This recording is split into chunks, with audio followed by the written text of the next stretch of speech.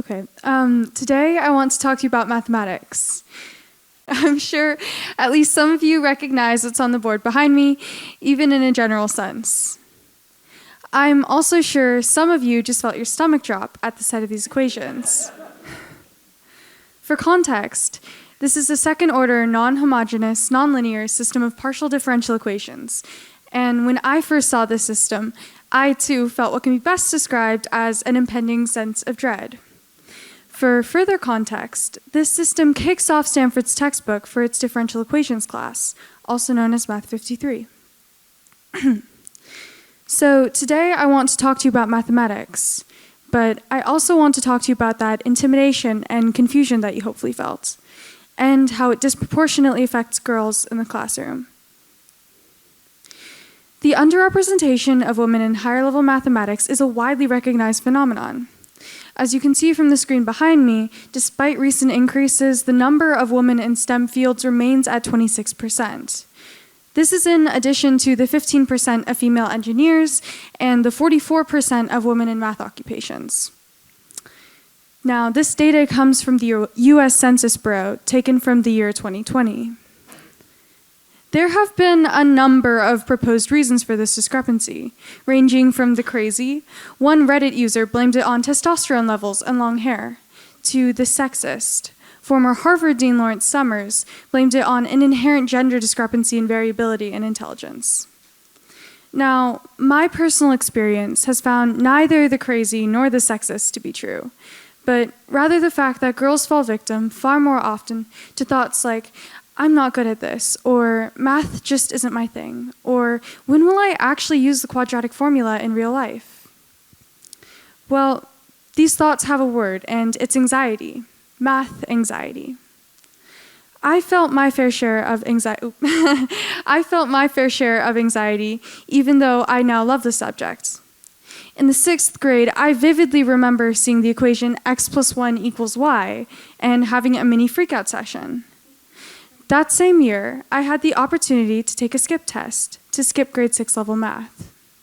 I ended up failing this test, and I was a little bit disappointed.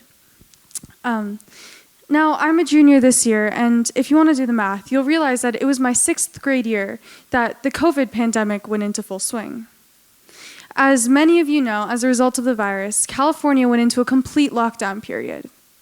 This period was actually integral to my mathematics journey, because during it, I had 6 weeks where my school district had no classes.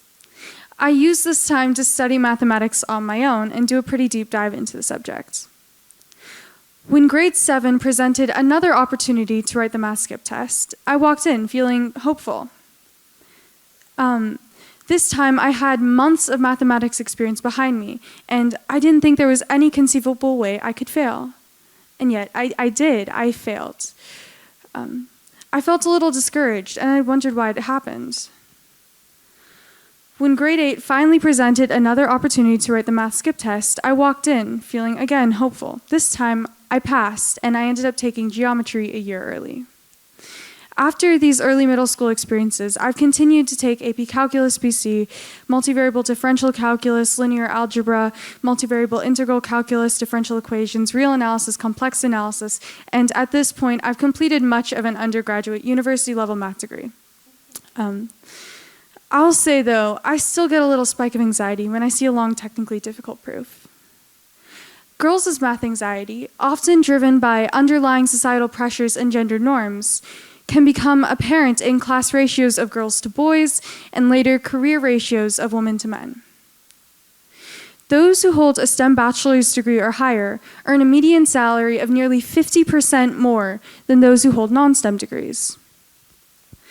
Now, time and time again, studies have found that this lack of women in math-intensive fields is a contributing factor to the gender wage gap. So yeah, it's not good. I'll say, okay, I've seen this underrepresentation too, firsthand. In my freshman year, I had the opportunity to take the AP Calculus BC exam. Now, predictably, the vast majority of students taking the exam were juniors and seniors, but there were 6 or so other freshmen taking it with me. Out of the 6, I was the only girl.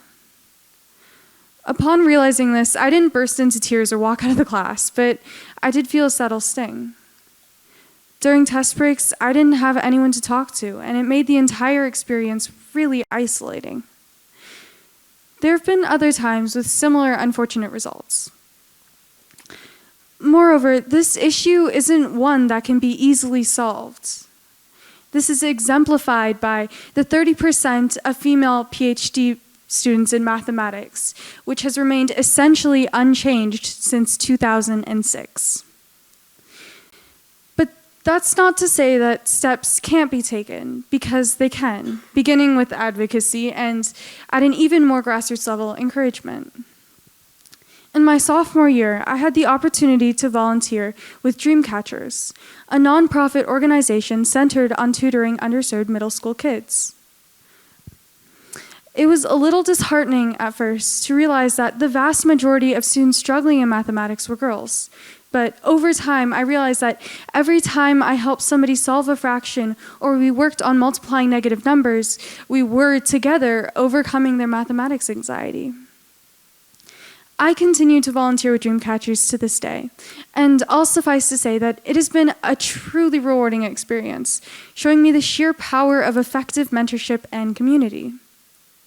And I know it sounds cliche, but it's true. Teamwork makes the dream work. It's my hope that if we recognize the broader issue of mathematics anxiety among our female students, we can, together, change the way we all think about mathematics. To all the girls out there, I just want to say, other people will have limitations and expectations for you, but please don't let them be your ceiling, because you've got way too much potential for that. Mathematics is an amazing field, and there's still so much for you to explore. Now, just as a final note, if you recall the system of equations that I tried to show you at the beginning of this talk, they were actually used to land the Apollo mission on the moon. So no sweat if you didn't understand them at first sight. Thank you.